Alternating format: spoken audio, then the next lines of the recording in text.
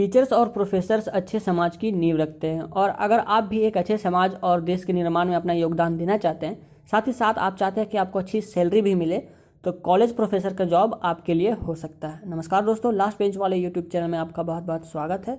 तो अगर आपको भी कॉलेज प्रोफेसर बनने के बारे में जानकारी चाहिए तो ये वीडियो आपके लिए है। इस वीडियो में हम बात करने जा रहे हैं कि कॉलेज प्रोफेसर बनने के लिए एलिजिबिलिटी क्या चाहिए, एजुकेशन क्वालिफिकेशंस क्या चाहिए, कौन कौन से एग्ज़ाम पास करना पड़ता है, आपके अंदर कौन कौन सी क्वालिटीज़ होनी चाहिए और आपका प्रमोशन कैसे कैसे हो सकता है, और लास्ट में बात करेंगे कि इसकी सैलरी कितनी होती है। और भी बहुत सारे एस्पेक्ट पे हम बात करेंगे। तो इस वीडियो में मेरे साथ बने रहिए और आपके सारे सवालों के जवाब एक एक करके मिल जाएंगे। सबसे पहले हम बात करते हैं एलिजिबिलिटी की और उसमें बात करते हैं एजुकेशन क्वालिफिकेशन की। तो कम से कम आप MA पास होने चाहिए, आपके पास मास्टर की डिग्री होनी चाहिए। जिस भी सब्जेक्ट में आपको टीचिंग करनी है, जिस सब्जेक्ट में आपको पढ़ाना है, उस सब्जेक्ट की मास्टर्स की डिग्री आपके पास होनी चाहिए। चाहे वो आप MEd किए हो या फिर आप MA किए हो या फिर MTech किए हो, आपके पास मास्टर की डिग्री होनी चाहिए। बात करें अगर मिनिमम मार्क्स की, तो आपको 55% होने चाहिए अगर आप जनरल में आते हैं। अगर आप SC ST OBC या फिजिकली हैंडीकैप्ड में आते हैं तो आपको 50% कम से कम मार्क्स होने चाहिए।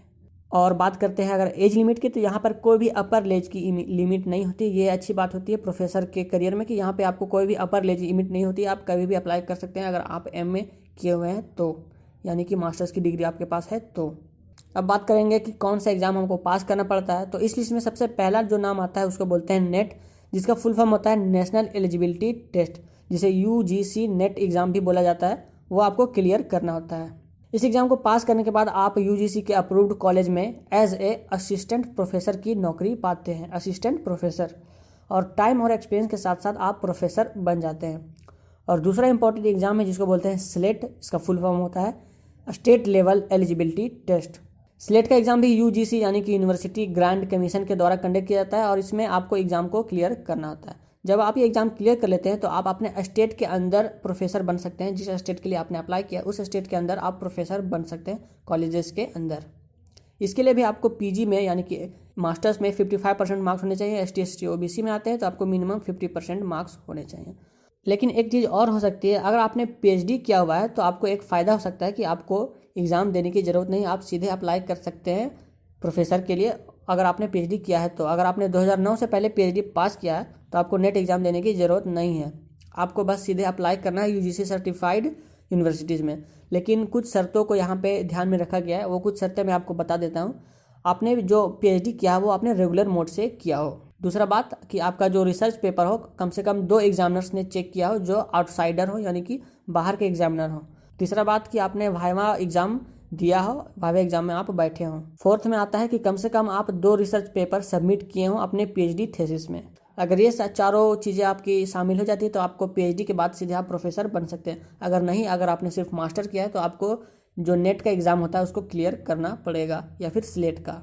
अब हम बात करते हैं कि क्या क्या स्किल्स आपके अंदर होने चाहिए और आपका प्रमोशन कैसे हो सकता है प्रोफेसर से लेके वाइस चांसलर तक, VC तक। सबसे पहली क्वालिटी आपके अंदर होनी चाहिए कि आपके अंदर टीचिंग का पैशन होना चाहिए। आपको मज़ा आना चाहिए टीचिंग में, आपको लोगों को बताने में मज़ा आना चाहिए, आपको अपना नॉलेज शेयर करने में मज़ा आना चाहिए। इससे आप एक अच्छे टीचर बन जाते हैं। दूसरी बात होनी चाहिए कि आपके अंदर कुछ नया सीखने की जुनून होना चाहिए, क्योंकि प्रोफेसर को हर रोज़ कुछ ना कुछ नया सीखना होता है और लोगों को बताना होता है, स्टूडेंट्स को बताना होता है, गाइड करना होता है। तीसरा और सबसे इंपॉर्टेंट क्वालिटी वो होना चाहिए कि आपके अंदर कॉम्प्लेक्स चीज़ों को सिंपल तरीके से बताने की एबिलिटी होनी चाहिए, क्योंकि जब पढ़ाई की जाती है तो उसमें काफ़ी सारी चीज़ें कॉम्प्लेक्स हो जाती है। लेकिन स्टूडेंट्स को अगर आप अच्छे तरीके से बता देते हैं सिंप्लीफाइड करके, तो आप एक अच्छे टीचर बन जाते हैं, आप और टीचर्स से काफ़ी अलग हो जाते हैं। तो ये थी कुछ टीचर्स की क्वालिटी जो आपके अंदर होनी चाहिए अगर आपको अच्छा टीचर बनना है तो। अब हम बात करते हैं कि टीचर्स का प्रमोशंस क्या होता है अगर आप असिस्टेंट प्रोफेसर बन जाते हैं एग्ज़ाम क्लियर करके। तो सबसे पहले आप असिस्टेंट प्रोफेसर से बनते हैं, उसके बाद बनते हैं आप प्रोफेसर। प्रोफेसर के बाद आता है सीनियर प्रोफेसर और सीनियर प्रोफेसर के बाद आता है प्रोफेसर ऑफ एमिनेंस।